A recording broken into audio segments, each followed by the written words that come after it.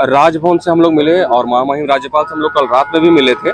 कल रात में भी मिले हम लोग और एक पॉजिटिव आश्वासन मिला। राजभवन कल रात में, चूंकि राज्यपाल महोदय धनबाद से लेट से आए, फिर भी उन्होंने जो है व्यस्तता में आधे घंटे का समय दिया और बहुत सीरियसली चीज़ों को सुना। हम लोगों ने सारी चीज़ें बताई। तो राज्यपाल महोदय ने कहा कि आज आप आइए, और माननीय मुख्यमंत्री भी शायद आज आए हुए थे, हमसे भी पहले बात कर लेते हैं और उसके बाद फिर आप भी पूरे तथ्यों को अच्छे से जानकारी इकट्ठा करके सारा कुछ पॉइंट वाइज बना के, और आप लोग जो है पेन ड्राइव में जितने भी साक्ष्य हैं आप सारे चीज़ों लेके आइए।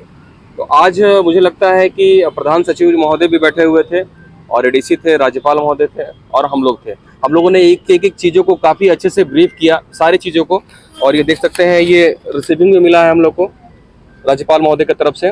उन्होंने कहा कि वो राज्य सरकार से बात करेंगे। उन्होंने कुछ इशारों में जो है बताया कि हमने कार्रवाई शुरू कर दी है। उन्होंने कहा, बस इतना ही कहा कि हमने कार्रवाई शुरू कर दी है और जो हमसे होगा हम जरूर करेंगे। और आप लोग अपने तरीके से जो है इस आपको जो लगता है एक संवैधानिक दायरे में रह के आप लोग जो है अपना काम आप लोग करिए और हम लोग आपके साथ हैं। और उसके बाद हम लोगों ने कहा कि एक दो बच्चों को, जैसे कि एक दो बच्चों को हमारा थ्रेट भी मिला है, ये सामने है जो इन्होंने एविडेंस दिया है, इनको थ्रेट भी अपने तरीके से मिला है। तो हमने राज्यपाल महोदय को बताया कि राज्यपाल महोदय ये सुनिश्चित हो कि किसी भी बच्चे को जो एविडेंस दे रहा है या जो भी, उनके जान माल का किसी तरह का नुकसान ना हो, क्योंकि ये सरकार के लिए प्रेस्टीज का विषय है। मैं समझ सकता हूँ सरकार का प्रेस्टीज का विषय है, बट सरकार को ये भी सोचना होगा कि छात्रों के भविष्य को बेच के, ठीक है, जो लोग इस तरह गलत तरीके से आ रहे हैं, पैसे दे के आ रहे हैं, और पेपर आउट का प्रकरण हमारे पास पूरा जो है एविडेंस है, प्रॉपर एविडेंस है। और आप जो है अगर ऐसे लोग व्यवस्था में आ रहे हैं तो अगले ऐसे लोग अगर आते हैं व्यवस्था में तो 35 साल तक, अगले 35 साल तक जब तो वो नौकरी करेंगे, वो एक कोड है समाज के लिए, वो सिस्टम को खोखला करेंगे। तो ऐसे लोगों को बाहर करना बहुत जरूरी है। और आज ये नई थोड़ी है, जिनसे पिछले बार भी आप देख लीजिए 28 तारीख को जो पेपर हुआ था, पूरा पेपर बटा था और इस बार नेट ऑफ था तो कहीं निकला नहीं। और देखिए अब धीरे धीरे लोग बाहर निकल ही रहे हैं, सब लोग आ रहे हैं धीरे धीरे। तो राज्यपाल महोदय पूरी तरह से आश्वस्त है। उन्होंने कहा, किसी से फोन पे कहा, आप किससे बात किया नहीं, कि देख लीजिए बच्चों की सुरक्षा सुनिश्चित हो। और उन्होंने जेएसएससी से पदाधिकारियों से भी जो है बात करने के लिए कहा कि हम जेएसएससी के पदाधिकारी को बुला के और बाकायदा बात करेंगे। सुनने में आया है कि जेएसएससी प्रेस कॉन्फ्रेंस कर रही है, कोई बात नहीं, बहुत अच्छा है, कर ले, हमें कोई आपत्ति नहीं है। लेकिन हमारे पास भी हर चीजों का जवाब, हम लोग हर तरफ से सुनिश्चित हैं, जितने भी लोग हैं सुनिश्चित हैं, हर तरफ से 100% श्योर है, तभी हम लोग आगे बढ़े हैं। और हमें पूरा हमें विश्वास है कि हमारे साथ न्याय जरूर होगा, छात्रों के साथ न्याय जरूर होगा और ये व्यवस्था में परिवर्तन जरूर होगा। सबूत आप लोग दिए वहाँ पे? देखिए, सबूत में हम लोगों के पास जो बच्चे लोग जो आए हैं, आगे बढ़े हैं, उन लोगों के पास मोबाइल में आया हुआ, ठीक है, मोबाइल में फोटो का जो है, जैसे जैसे इस बार क्या था कि नेट ऑफ था, ठीक है, नेट ऑफ था तो व्हाट्सएप पे चीजें नहीं आई। तो जब ये लोग सेंटर पे गए तो बहुत सारे बच्चे जो है, कुछ बच्चे कोई अगला फोन से बता रहा था और ये लोग जो है लिख रहे थे क्वेश्चन आंसर। तो ये लोग भी कौतूहलवश गए, देखे क्या है भाई, इन्होंने भी लिखा और बाकायदा पेपर में लिखा। वो पेपर भी हम लोग के पास है, उसका फोटो भी खींचा हुआ, उसका टाइमिंग, प्रॉपर्टीज, सारा कुछ जो होता है वो टेम्पर्ड नहीं है। मुझे पता है कुछ लोग बोलेंगे कि टेम्पर्ड है, लेकिन हम लोगों ने भी अपने तरीके से उसको पूरा क्रॉस वेरीफाई किया है, क्योंकि इसी में हमें एक दिन लग गए, ठीक है। बहुत सारे लोग बोल रहे हैं कि आपको एक दिन बाद क्यों निकले, हम लोग अपने तरह से पूरा क्रॉस वेरीफाई कर लिए कि भाई कहीं ये टेम्पर्ड तो नहीं है, ताकि हम झूठे ना साबित हो जाए। इसलिए हम लोगों ने पूरी तरह से जो देखा तो वो सुबह 6:13 का फोटो खींचा हुआ है, 7 बजे का फोटो खींचा हुआ है और सुबह 4 बजे का भी फोटो खींचा हुआ है। और एक ही जगह प्रकरण नहीं है ये। और ये देखिए, हमारे एक आरोप लगाया है हिंदू स्कूल हजारीबाग में, रूम नंबर 4 में एक महिला ने बताया कि एक पुलिस ऑफिसर, रूम नंबर 4, ध्यान से सुनिएगा, एक पुलिस ऑफिसर आके आधे घंटे तक पूरा आंसर जो है टिक कराया गया है। आपका बेड़ों में आप लोग मीडिया के माध्यम से कल देखोगे, एक लड़की ने बताया कि बेड़ों में पेपर 3 की जगह पेपर 2 पहले बांट दिया गया। और इसका भी जो लड़की ने खुद आके कल मीडिया में बयान दिया है, ये जांच का विषय है। उसके बाद पूरा का पूरा क्वेश्चन पेपर, देखिए एजेंसी वाले क्वेश्चन बनाने में मेहनत नहीं करते, जबकि ये रूल है कि आप क्वेश्चन को कॉपी पेस्ट नहीं कर सकते। एक बार ऑलरेडी इसका 2017 में पूरा परीक्षा रद्द हो चुका है हो भाषा के चलते, क्योंकि आप क्वेश्चन को कॉपी नहीं कर सकते।